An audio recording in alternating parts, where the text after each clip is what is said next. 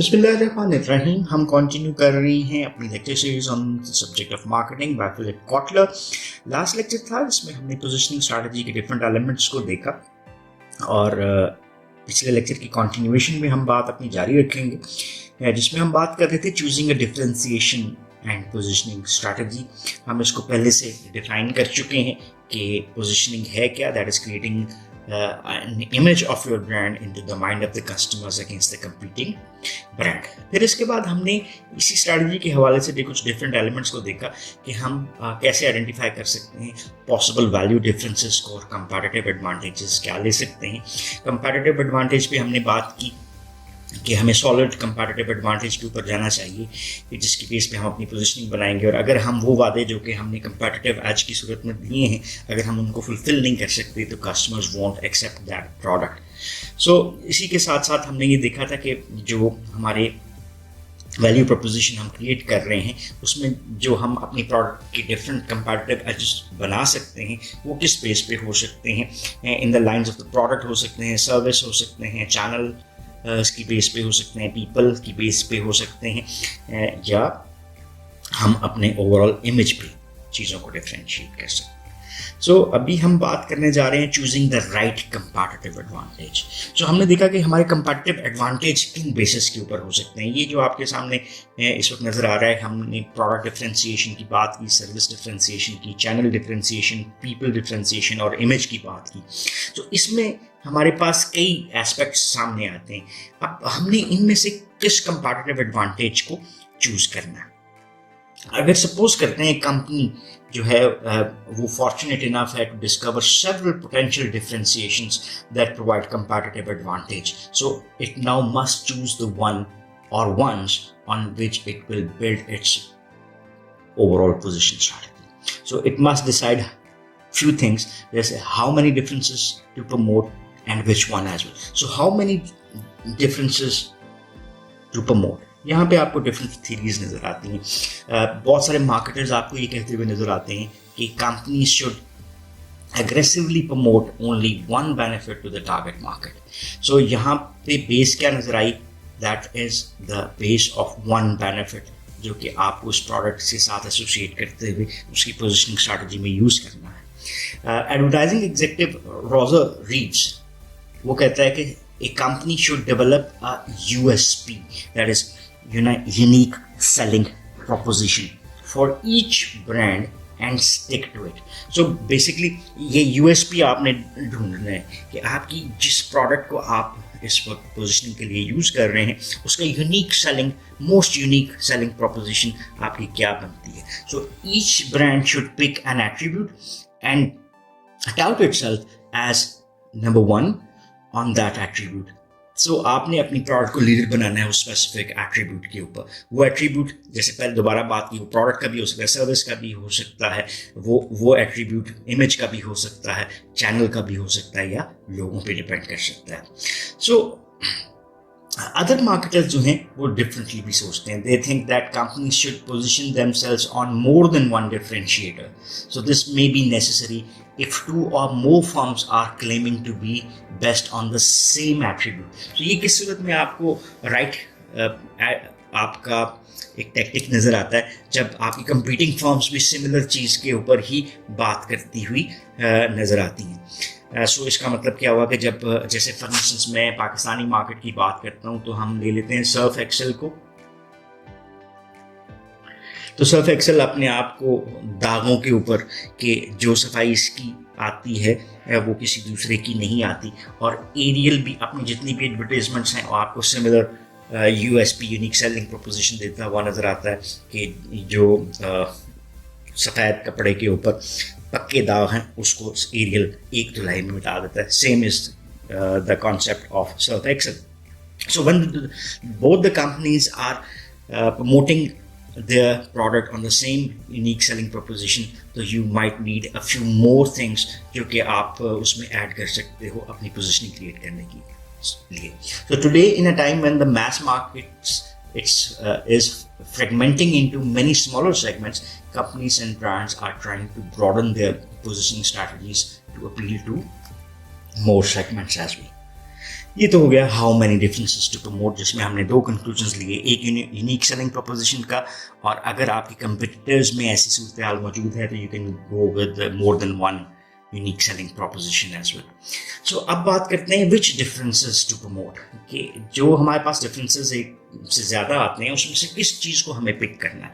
So not all brand differences are meaningful or worthwhile, not every difference make a good differentiator as well. So इसका मतलब क्या हुआ कि बहुत सारे फैक्टर्स तो आपको मिलेंगे लेकिन हर एक हो सकता है आपको वो बेनिफिट ना दे सकता हो। So each difference has the potential to create company cost as well as customer benefit, क्योंकि जो भी आप डिफरेंशिएटिंग एलिमेंट ऐड करते हैं उसको प्रोडक्ट में रखेंगे तो आपकी कॉस्ट इंक्रीज होगी, और उस कॉस्ट इंक्रीज के साथ आप कस्टमर को एडेड बेनिफिट भी दे रहे हैं। So difference is worth establishing to the extent that it satisfies the following criteria. पहला एलिमेंट इसमें है कि वो इंपॉर्टेंट होना चाहिए। So the difference delivers a highly value benefit to the target buyer, कि अगर मैं एक बायर के तौर पे सोचूं तो अगर मुझे इस प्रोडक्ट में ये बेनिफिट मिलता है तो शायद I might be purchasing that commodity. दूसरा है कि वो डिस्टिंक्टिव होना चाहिए। डिस्टिंक्टिव से क्या मुराद है कि जो कंपैटिटर्स हैं उनसे फर्क हो। So competitors do not offer the differences or the company can offer it in a more distinctive way. पहली चीज़ कि या तो कंपैटिटर का वो बेनिफिट ना हो, या अगर है तो आप उसको डिफरेंट अंदाज में प्रमोट करने की कोशिश करें। थर्ड इसका एलिमेंट आता है वो है कि आपका जो बेनिफिट आप ऑफर करना चाह रहे हैं, डिफरेंस ऑफर करना चाह रहे हैं, वो सुपीरियर होना चाहिए। So that is superior to other ways that customers might obtain the same benefit. और फोर्थ एलिमेंट आ जाता है कि वो कम्युनिकेबल होना चाहिए। Difference is communicable and visible to the buyer. So आपका जो आखिरी पी था प्रमोशन वाला, जिसमें आप advertising, personal selling, sales promotion, direct marketing, public relation को यूज करते हैं, उसमें वो कम्युनिकेबल होना चाहिए ताकि वो विजिबल हो सके किसी भी बायर के लिए, ताकि हम उस माइंडसेट जो हम क्रिएट करना चाह रहे हैं उस पर उसका एक इम्पॉर्टेंट इम्पैक्ट भी नजर आए। फिफ्थ है वो परमिटिव है। So competitors cannot easily copy the difference. इसको हम imitable के नाम से भी बुलाते हैं, ठीक है। imitable और imitability से यानी कंपनीज का वो बेनिफिट जो कि दूसरा कोई और कंपेटिटर इतना इजीली कॉपी ना कर सकता हो। अब इजी कैसे कॉपी नहीं कर सकता, वो लाइसेंसिंग की सूरत में भी हो सकता है, आपके मटेरियल के कॉन्टेक्स्ट में भी हो सकता है कि आपने सप्लायर्स को कंट्रोल किया हुआ है, सो आपके अलावा वो सप्लाईज कोई और नहीं ले सकता, और many more factors like that. Then है affordable. So buyers can afford to pay for the difference. जैसे हमने बात की कि कोई भी कंपेटिटर एज जब आप ऐड करते हैं तो वो ऐड टू द कॉस्ट करता है कंपनी के लिए और ऐड टू द बेनिफिट करता है किसी भी कंज्यूमर के लिए। सो अफोर्डेबल से मुराद ये है कि जब आप उसको वैल्यू एडिशन करते हैं उस फैक्टर की तो डेफिनेटली कॉस्ट इंक्रीज होगी, और क्या कस्टमर उसको इंक्रीज कॉस्ट के साथ उसको पे कर सकता है या नहीं। तो buyers can afford to pay for the difference as well. For instance जैसे आपको एयर कंडीशनिंग नज़र आती है, तो एयर कंडीशनिंग में हम ट्रेडिशनल एसी के ऊपर पहले काम करते थे। अब आपको अगर मार्केट में नज़र आता है तो आपको इन्वर्टर टेक्नोलॉजी एयर कंडीशनर्स नज़र आ रहे हैं, और वो 20-30 हज़ार रुपये कॉस्टली हैं, लेकिन उसको इस अंदाज में क्रिएट किया जाता है कि ये अफोर्डेबल किस तरह से है, बिकॉज एक ही सीज़न में जितना आपका बिल का डिफरेंस इस इन्वर्टर एसी की बेस के ऊपर आता है, that is higher benefit than the 30,000 loss जो कि आपको उस प्रोडक्ट को परचेज करने में फील होता है। सो उसको अफोर्डेबल बनाया जाता है। देन सेवंथ आपका है that is it must be profitable. So company can introduce the difference profitably, यानी अगर मैं उस डिफरेंस को ऐड करता हूँ तो उसकी बेस के ऊपर हमारी सेल्स एंड प्रॉफिट जो हैं वो इन्हेंस कर सकते हैं।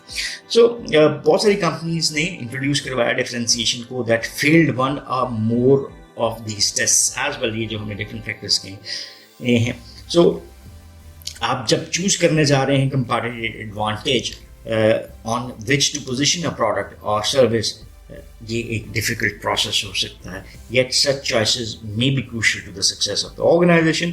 सो choosing the right differentiator can help a brand stand out from the back of the competitors. So आपके लिए ये पोजीशनिंग जो है एक बहुत इंपॉर्टेंट एलिमेंट के तौर पे नजर आता है। सो अभी हम चूज करते हैं कि एक ओवरऑल पोजिशनिंग स्ट्रैटेजी किस तरह से हम सेलेक्ट कर सकते हैं।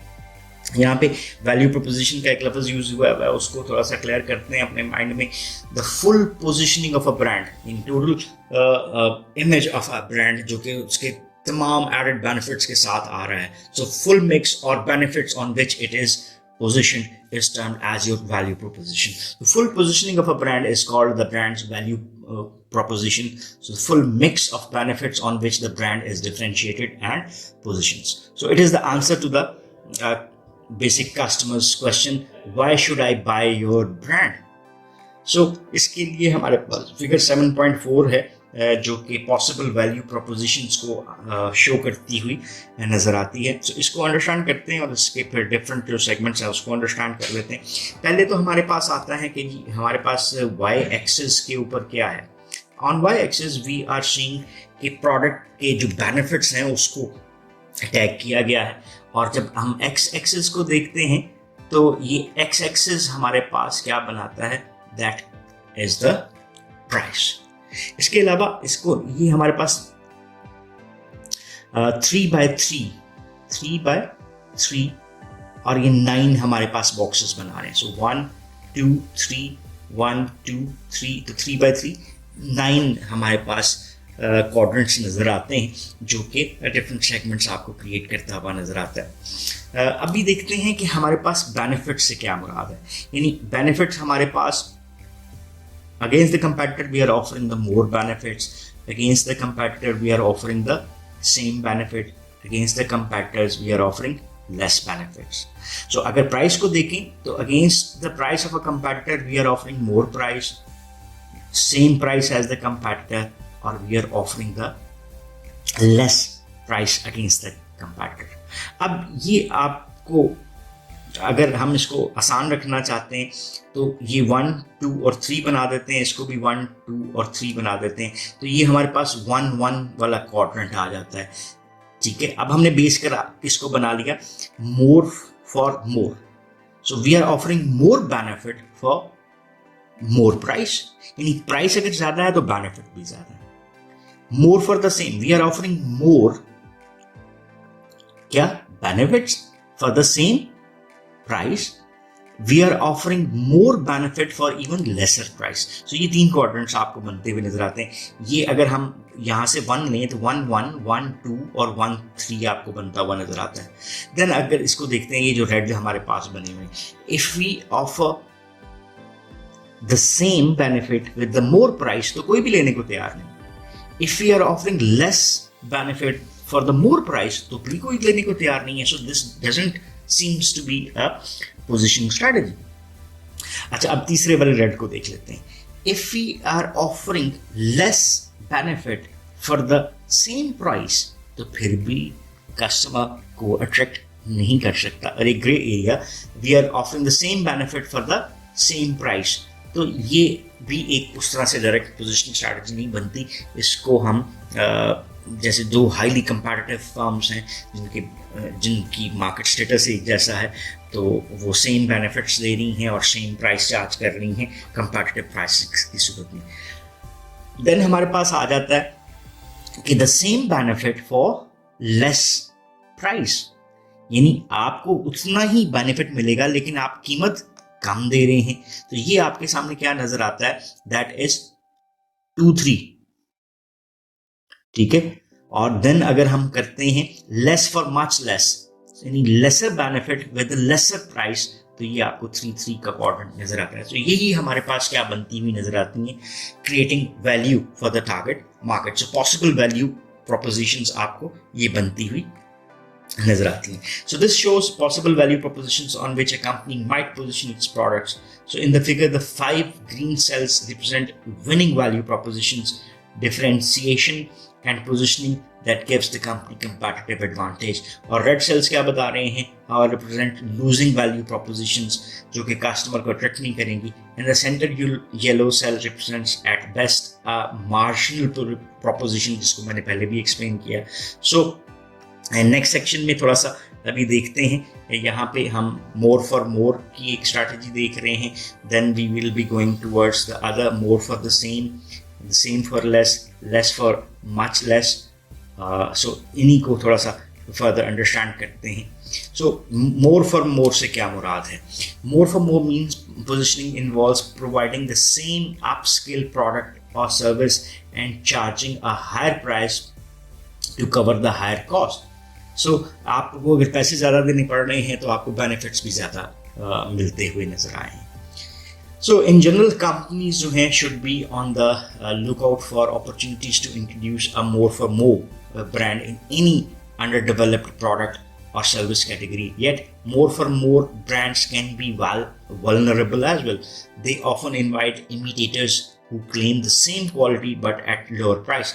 So ये आप एक open market को भी जन्म दे रहे होते हैं जहाँ पे आपके competitors आके कम प्राइस में सेम बेनिफिट्स को क्या कर सकते हैं, वो ऑफर कर सकते हैं या क्लेम कर सकते हैं. जैसे एग्जांपल है स्टारबक्स की now faces government coffee competitor ranging from Dunkin Donuts to McDonald's. So also luxury goods that sell well during good times may be at risk during economic downturns as well. So आपको ये shift भी नज़र आता है economic conditions के हवाले से when buyers become more cautious in their spending. Then हमारे पास जो दूसरी चॉइस है वो है more for the same की, यानी आप more benefits offer कर रहे हैं with the same price. Companies can attack a competitors more for more positioning by introducing a brand offering comparable quality at a lower price as well. जैसे Toyota introduces its Lexus line with a more for the same value proposition versus Mercedes and BMW. So you are offering more for the same price. So इसमें आप customer को attract कर सकते हैं. So overall अगर देखें तो जो सर्वे एक Lexus के हवाले से डीलर्स का पब्लिश हुआ were providing customers with better sales and service experiences than were Mercedes and dealerships. Many Mercedes owners switched to Lexus and the Lexus repurchase rate has been 60%, twice the industry average. So ये उसका benefit आपको नजर आता है. And then हमारे नजर आता है the same for the less. So offering the same for less can be a powerful value proposition. Everyone like a good deal. So discount stores such as जैसे Walmart नजर आते हैं, इसमें category killers such as Best Buy, PetSmart, David's Bridal, ये वो चीज़ें हैं जिसको वो कैटेगरी किलर्स के कॉन्टेक्स्ट में रखते हैं जहाँ पे आपको सेम चीज़ें ऑफर की जा रही होती हैं बेनिफिट्स के साथ, but you are going to go for a lesser price, you are going to be charge for a lesser price.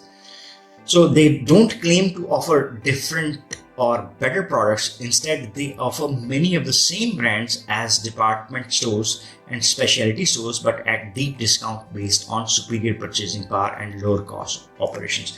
Pakistan में आपको मैक्रो के जो स्टोर्स नज़र आते हैं, आपको जो इम्तियाज़ नज़र आता है या मेट्रो स्टोर्स नज़र आते हैं, तो they are basically selling the same products, लेकिन वो कम प्राइस के ऊपर चार्ज करते हुए आपको नजर आते हैं. Then less for much less.